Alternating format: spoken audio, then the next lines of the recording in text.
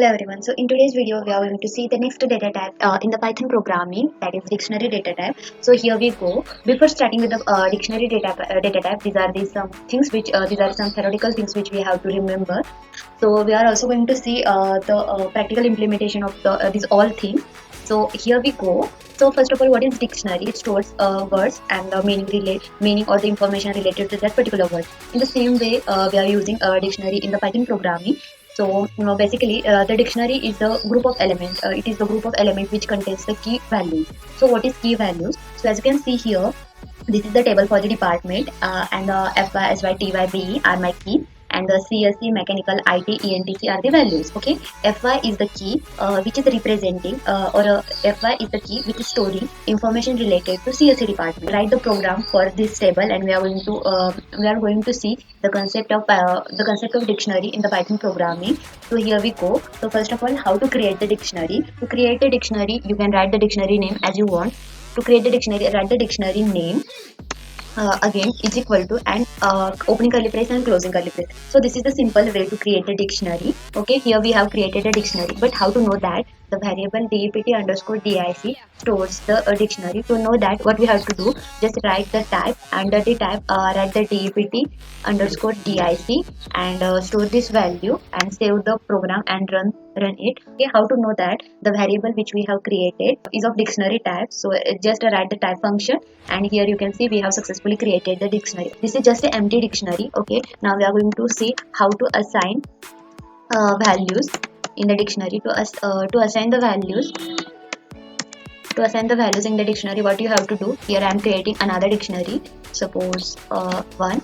Again, to assign the values in the dictionary, what you have to do, first you need to write the value of the key. So we are creating dictionary for string first. After that, we are going to create the dictionary for the integer. So in the dictionary, you can store the value of any data type. There is no limitation, or it is not restricted to use only this data type to store the value in the dictionary.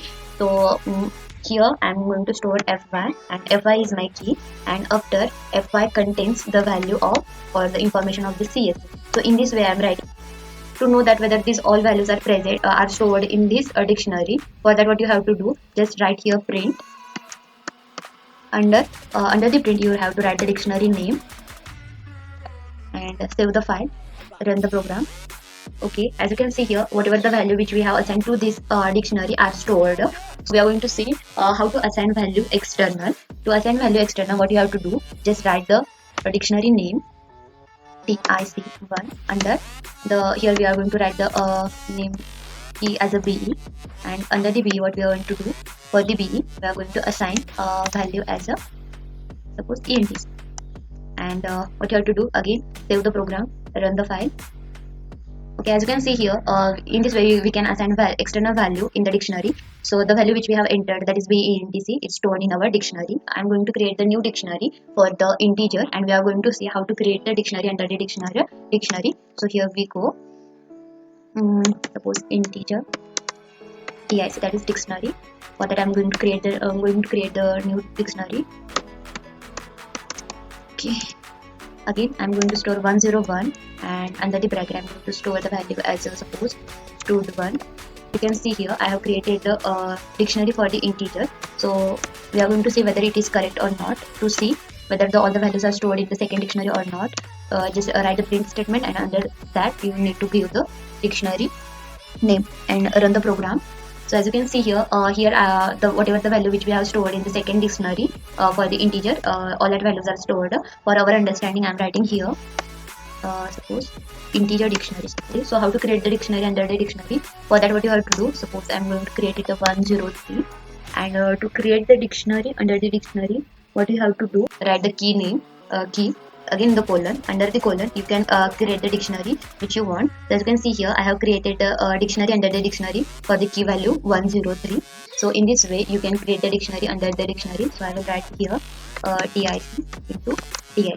How to fetch the specific value in the dictionary? Suppose I'm going to write here print, and suppose I want to print the value of this 102. Under the print you need to write the dictionary name, suppose DEPT dictionary name, which under the dictionary name you just need to write, you just have to mention the key value.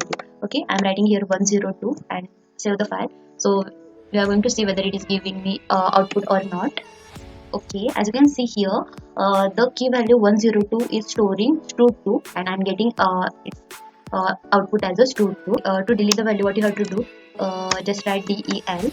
Under del, write the dictionary name from which you want to try delete the value, dept underscore dic1, and here what you have to do, you just need to mention the key value for which you want to delete. So I want to delete this field tyit, so I'm going to write here as a ty in double quotes, delete operation for our understanding of writing here, and run the program. Okay, so as you can see here, dictionary is the case sensitive. Means what? So whenever you want to delete or want to insert some value, you have to write the key value as it is. It is as it is. So I'm going to write here ty in capital.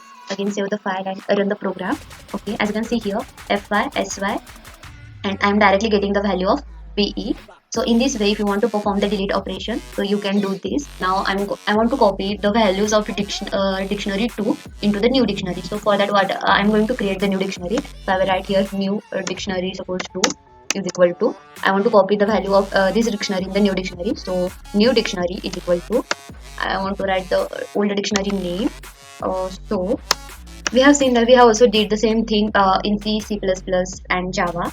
Whenever we want to copy the content from this to new variable, we have did the same thing. And what I'm going to do, I'm going to just print here the new dictionary second.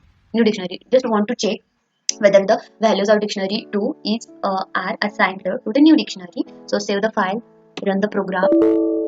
Okay, one more thing. In the Python programming, there is one famous error called the indentation error. When you give some unwanted spaces, avoid that error. Please avoid the extra spaces. Save the file and run the program once again. So as you can, for our understanding, I'm giving here one label. Suppose new dictionary. Okay. Again, I'm going to run the program. Okay, so here my dictionary is printed successfully, but there is one disadvantage. So we are going to see what is that disadvantage. Suppose I have copied this dictionary into the new dictionary too. Okay, now I'm going to delete in the new. I'm going to delete the value from new created dictionary. Okay, my new dictionary name new underscore dic2, and I'm under the simple bracket write the value. Suppose 101.